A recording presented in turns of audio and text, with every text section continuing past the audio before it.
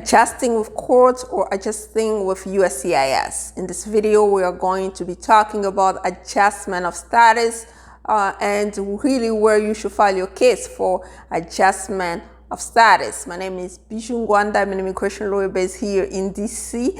I do work with individuals across the country and around the world because we're dealing with complex U.S. immigration law cases. If you're new to my channel, please go ahead and subscribe.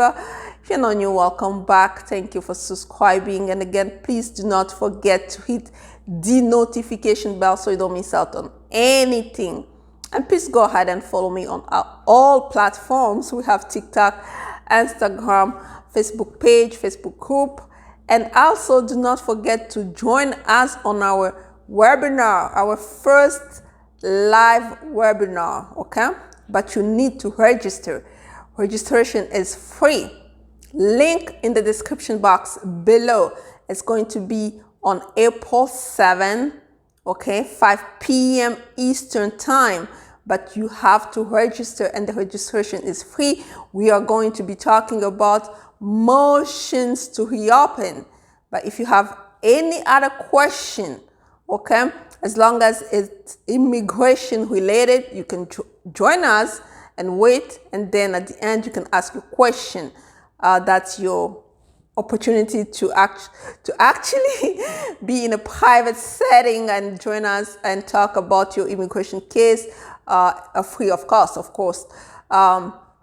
Let's get right into the topic, adjusting with courts or adjusting with USCIS. The first question you ask yourself is this: am I in removal proceedings? Okay.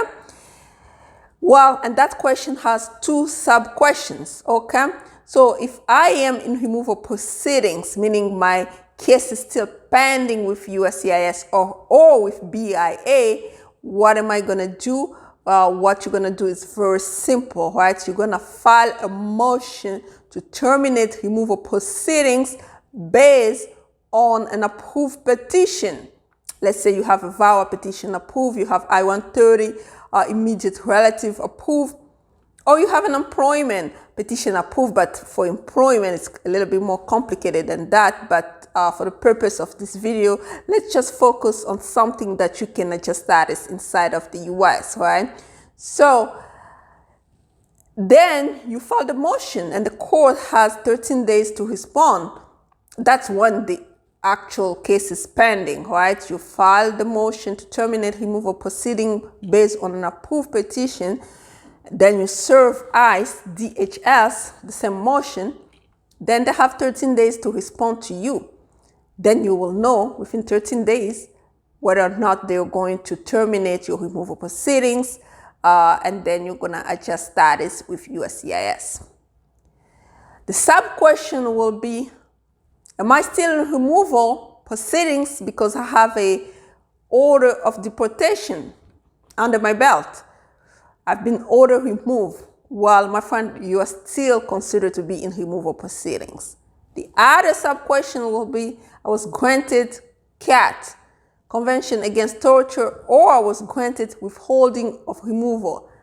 Am I still in removal proceedings? The answer is yes. And who has jurisdiction? The court. Okay, that's what the general rule says. The court has jurisdiction over people in removal proceedings. So what are you going to do at this point? Now you start looking into joining ICE, right? If the deadline has already passed, you're going to join ICE, DHS, join motion to reopen your case. So basically DHS has to agree. Once they agree, then they reopen your case. And this is really challenging because at that point, if you have the order of removal or you have been granted, let's say, withholding of removal, CAT, or CAT, Convention Against Torture, well, your case is no longer ICE priority. So they take their time in order to respond to your motion to reopen. Okay, so they're going to take their time. Well, it takes some time to give them at least 30 days, 90 days, 6 months. While under Trump, this was going even for 2 years. My friend, if you already have a order of removal, the challenge is very in terms of whether or not ICE is looking at your case as a priority. And if it's not a priority, really, quite frankly, you just have to be patient, okay? So once ICE join your motion, then you reopen your case, terminate removal proceedings, then go back to ICE and adjust status based on an approved I-130 petition or based on an approved VAWA petition, okay?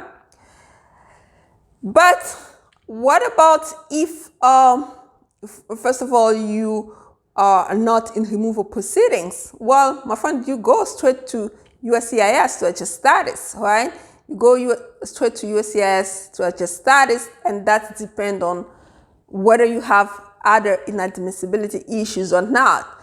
For qualifying relative, unlawful presence is basically automatically forgiven. We're talking about like immediate relatives, right? So if not, then what are you going to do? That's no longer adjusting status. That's called consular processing. You file a waiver for unlawful presence, then leave the country once the waiver is approved and do consular processing outside of the USA. So that's really what it's all about. Then we look into whether you're admissible or not admissible based on crimes, based on public charge, based on failure to maintain lawful presence, stuff like that. So those are the inadmissibility issues that we look into. And then, yes, then we tell you whether or not you can adjust status. So in conclusion, if you are in removal proceedings, jurisdiction is with the court, unless some exceptions apply, which is sometimes really difficult to convince USCIS. And the better way to go about it is just to really terminate removal proceedings, then go to USCIS. What if, that's $1 million question. What if the judge does not grant your motion to terminate removal proceedings? What are you going to do? Well, you can adjust status in court, okay? Then you're going to go and follow the procedures and adjust status in court. Basically file your I-485 with the court in terms of the court's going to direct you on how to file it, okay? And really, and if you already had your pleadings in advance, then you're going to try to amend the pleadings. Hopefully the court accept that, and then you try to adjust status in court. And just know that when you adjust status in court, standards are very high, and really it's not pleasant. Okay, so that's the takeaway. But we try our best to remove you from court and then really go back to USCIS and try to adjust status. And again, we know that nowadays those cases are taking forever. We have been trying to get people their cases on expedited request approved. Sometimes works, sometimes it doesn't. So that's about it for today. If you need a consultation with me, please do not forget to please do not forget to click the link in the description box. You can really schedule a consultation on your own time. You can call me if you want. I'll call you back, of course. I'll send you the same link, but you can just schedule it on your own time. Until next time, bye-bye.